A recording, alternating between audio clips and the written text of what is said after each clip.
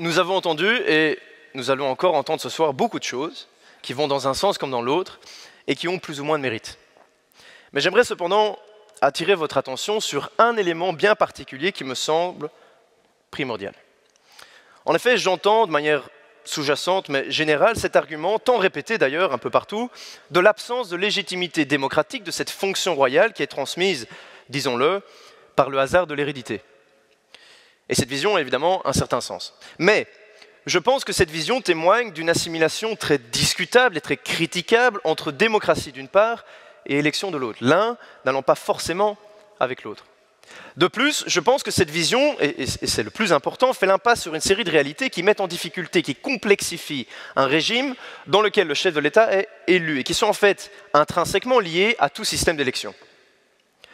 Je parle d'abord, bien sûr, du choix du président, puisque, vu la composition politique particulière de la Belgique et les arrangements qu'on lui connaît déjà, il est plus que probable, c'est mon humble avis, que l'on opte pour une rotation. C'est-à-dire qu'on aurait 5 ans un néerlandophone, puis 5 ans un francophone, et puis pourquoi pas tous les 45 ans un germanophone pour que tout le monde soit content. Bref, on voit bien qu'il s'agit là d'une très épineuse question. Je parle aussi des différents piliers qui composent le paysage politique belge et des marchandages qui vont voir le jour lorsqu'apparaîtra sur ce qu'on pourrait appeler le marché politique, cette nouvelle position. Et je parle enfin de cette notion un peu plus technique, mais bien connue, qui est l'affaiblissement, la fragilisation, la vulnérabilisation qu'un politicien élu à une position de pouvoir subit à l'approche des prochaines échéances électorales. En effet, c'est bien connu que dans l'année environ avant les élections, on n'ose plus prendre de décisions dans les dossiers compliqués de peur de vexer l'électorat, en tout cas une partie de l'électorat, et de se retrouver sur un siège éjectable. Maintenant que ces quelques éléments ont été mis en lumière, posons en fait la véritable question, la question avec laquelle on aurait sans doute peut-être dû commencer. Et cette question, c'est surtout à vous, équipe républicaine, que je la pose, mais c'est aussi à chacune et à chacun d'entre nous ce soir, et bien sûr, à moi-même. Et cette question, la voici. À quoi bon?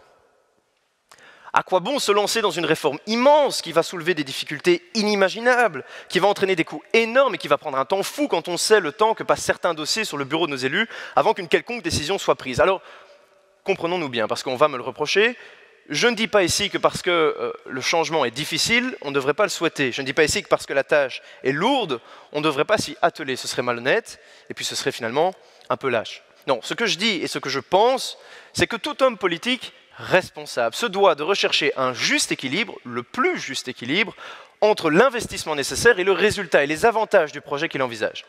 Sortons donc une minute, ou 2 ou 3 minutes, enfin le temps qu'il me reste ici à vous parler, de ce débat certes intéressant, mais trop abstrait, de cette discussion d'intellectuels. Et mettons-nous à la place, qui est aussi la nôtre d'ailleurs, du Belge du quotidien, du Belge de tous les jours. Ce changement institutionnel majeur qui est ici débattu, va-t-il apporter une solution, ou même un début de solution, à au moins un seul des grands problèmes de société que notre pays connaît? Je pense que la réponse, désolé, est très claire.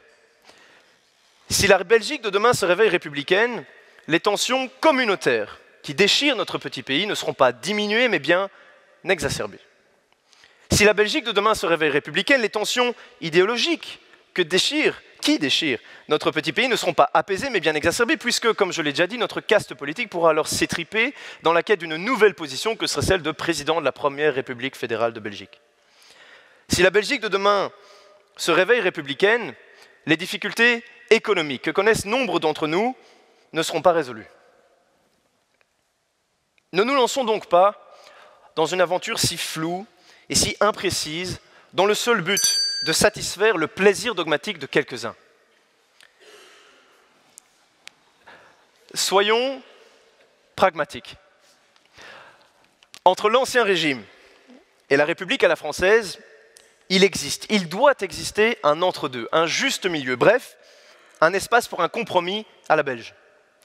Réjouissons-nous donc d'avoir trouvé ce modèle constitutionnel atypique pour un pays si atypique. Je vous remercie.